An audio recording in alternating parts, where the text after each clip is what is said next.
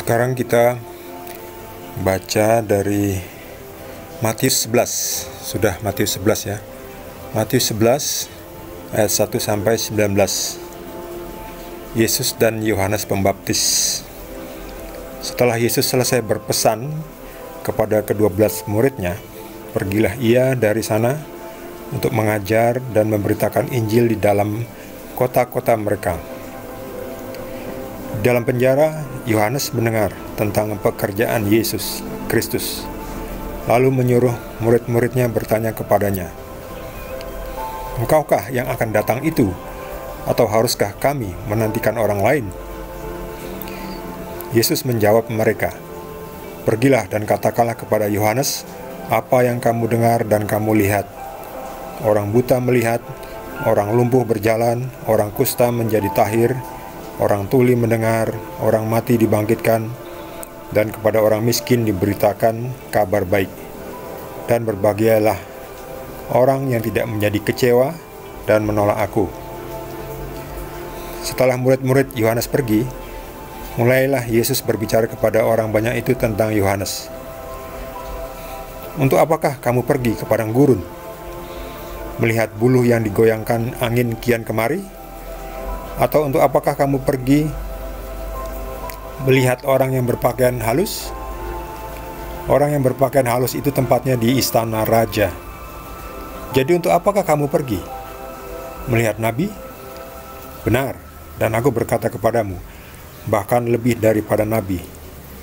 Karena tentang dia ada tertulis, 'Lihatlah, aku menyuruh utusanku mendahului engkau. Ia akan mempersiapkan jalanmu di hadapanmu.'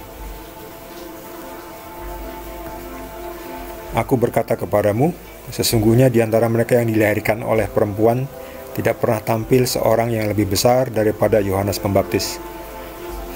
Namun yang terkecil dalam kerajaan surga lebih besar daripadanya. Sejak tampilnya Yohanes Pembaptis hingga sekarang, kerajaan surga diserong, dan orang yang menyerongnya mencoba menguasainya. Sebab semua nabi dan kitab Taurat bernubuat hingga tampilnya Yohanes. Dan jika kamu mau menerimanya, ialah Elia yang akan datang itu. Siapa bertelinga hendaklah ia mendengar." Dengan apakah akan kuumpamakan angkatan ini? Mereka itu seumpama anak-anak yang duduk di pasar dan berseru kepada teman-temannya, "Kami meniup seruling bagimu, tetapi kamu tidak menari. Kami menyanyikan kidung duka, tetapi kamu tidak berkabung.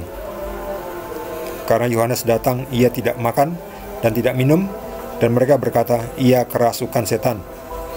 Kemudian anak manusia datang, ia makan dan minum, dan mereka berkata, lihatlah, ia seorang pelahap dan peminum, sahabat pemungut cukai dan orang berdosa.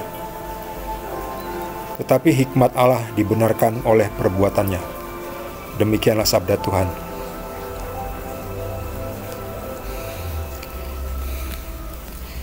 Jadi Yohanes Pembaptis itu mengutus muridnya kepada Yesus untuk menanyakan, karena Yohanes Pembaptis kan di penjara. Jadi dia mengutus murid-muridnya untuk datang kepada Yesus untuk bertanya, apakah engkau yang akan datang itu? Maksudnya Mesias yang akan datang itu. Yesus tidak serta-merta bilang, ya saya ini, yaitu saya adalah Mesias. Dia tidak ngomong seperti itu. Bahasanya Yesus, biar kamu mikir dulu. Orang buta melihat, orang lumpuh berjalan, orang kusta menjadi tahir, orang tuli mendengar, orang mati dibangkitkan. Nah, siapa yang bisa melakukan semua itu kalau bukan Tuhan sendiri yang datang sebagai Mesias? Jadi harus mikir. Manusia di sini juga, di dunia ini juga harus mikir. Yesus tidak harus menjawab doa kita secara ya dan tidak. Kita diminta, diarahkan untuk mikir, untuk berpikir, karena kita diberi otak. Jadi dipikir yang benar. Semua orang mikir, penjahat juga mikir, tapi mikir yang salah. Nah, pengikut Yesus diminta untuk mikir yang benar, yang benar. Jadi ketika kita bertanya pada Yesus, apakah engkau Tuhan itu? Ya, kamu sekarang ini, lihat aja hasil perbuatannya Yesus. Orang mati dibangkitkan, orang bisu bisa berbicara, orang lumpuh bisa berjalan. Ya, dokter bisa menyembuhkan memang, tapi dokter itu proses ya. Mungkin bahkan sering tidak bisa juga dokter menyembuhkan orang sakit. Kalau Yesus menyembuhkannya langsung saat itu, langsung sembuh. Dokter nggak bisa seperti itu. Orang udah mati berapa hari, 3 hari, 4 hari, seperti Lazarus bisa bangkit. Mana ada dokter di dunia ini suruh datang, ayo suruh bangkitkan Lazarus. Ya nggak bisa. Jadi ini membuktikan bahwa Yesus Mesias yang akan datang itu, Tuhan yang menjadi manusia.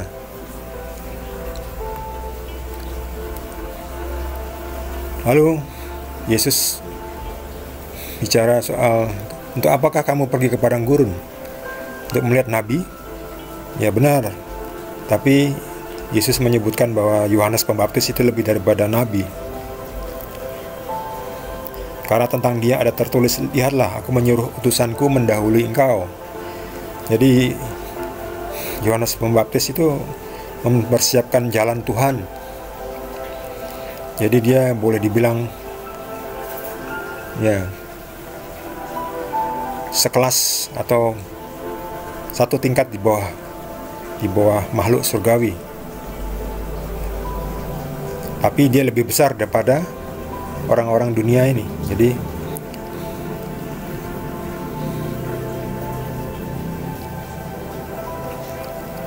sesungguhnya di antara mereka yang dilahirkan oleh perempuan tidak pernah tampil seorang yang lebih besar daripada Yohanes Pembaptis. Jadi Yohanes Pembaptis itu paling besar di dunia ini, dalam arti derajatnya ya. Tapi warga surga yang paling kecil itu lebih besar daripada Yohanes, karena Yohanes masih ada di dunia, tapi yang terkecil di kerajaan surga itu lebih besar daripada orang yang paling besar di dunia ini.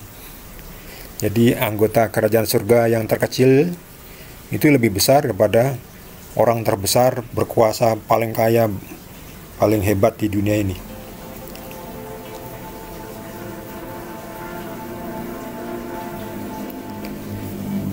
Lalu Yohanes Pembaptis itu seperti seorang anak yang berseru kepada temannya, kami meniup seruling tapi kamu tidak menari. Ya, Yohanes Pembaptis berbicara mengenai kita supaya bertobat, tapi kamu tidak melakukan. Ya, seperti anak-anak itu dikasih tiup seruling tapi nggak menari.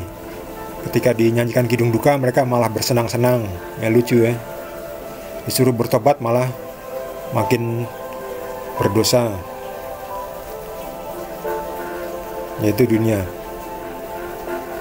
penuh dengan ironi. Yohanes datang, ia berpuasa, tidak makan dan tidak minum. Lalu orang-orang menjulukinya ia kerasukan setan. Aneh, orang kok tidak makan dan tidak minum. Kemudian anak manusia datang, ia makan minum. Tapi orang mencapnya sebagai orang pelahap dan peminum, sahabat pemungut cukai, dan orang berdosa.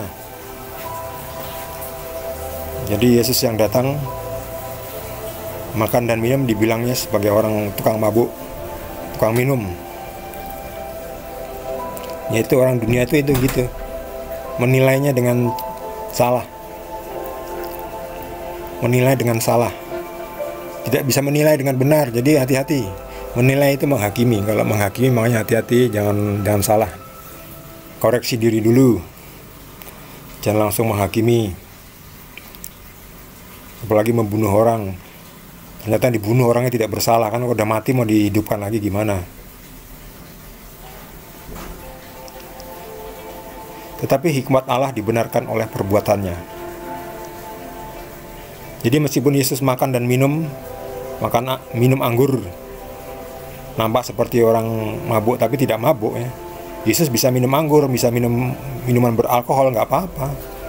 Yang salah itu kan kalau sampai mabuk, lalu nyetir mobil atau nyetir motor, lalu menabrak sana nabrak sini, itu yang merugikan orang lain. Minum anggur ya nggak apa-apa, asal jangan sampai mabuk.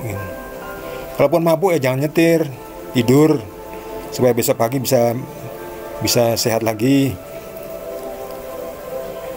Jadi yang salah itu bukan minumannya, tapi orangnya. Kalau orang yang diabetes jangan banyak minum teh manis. Udah tahu diabetes ya. Kalau orang yang sehat nggak apa-apa minum teh manis. Kalaupun sehat pun jangan minum terlalu banyak, nanti malah jadi diabetes. Jadi harus tahu diri. Ya, di dunia ini kita harus tahu diri, harus hidup dalam keseimbangan. Hidup dalam keseimbangan. Semua boleh, tapi hidup dalam keseimbangan dan dalam keteraturan. Dalam keteraturan ya. Semua orang butuh duit, tapi kalau duitnya nyolong ya yang ngawur itu. Semua orang perlu duit, lalu kalau nggak punya duit ngutang, tapi ngutangnya dipakai untuk judi, untuk bersenang-senang, lalu nggak mau nyaur ngutang, itu ngawur. Jadi hiduplah dalam keseimbangan ya. Semua orang butuh uang, semua orang butuh makan, semua orang juga butuh hiburan, butuh kesenangan ya, tapi jangan berlebihan ya. Hiduplah dalam keseimbangan. Kita masih manusia daging, kita butuh makan, tapi kita juga punya roh, kita butuh Tuhan, berdoa, meminta kekuatan batin. Jadi makan untuk kekuatan fisik, kekuatan batin kita berdoa, berpuasa, minta Tuhan beri kekuatan tiap hari supaya tiap hari kita bisa memikul salib, agar tiap hari kita bisa tetap waras, tetap sadar.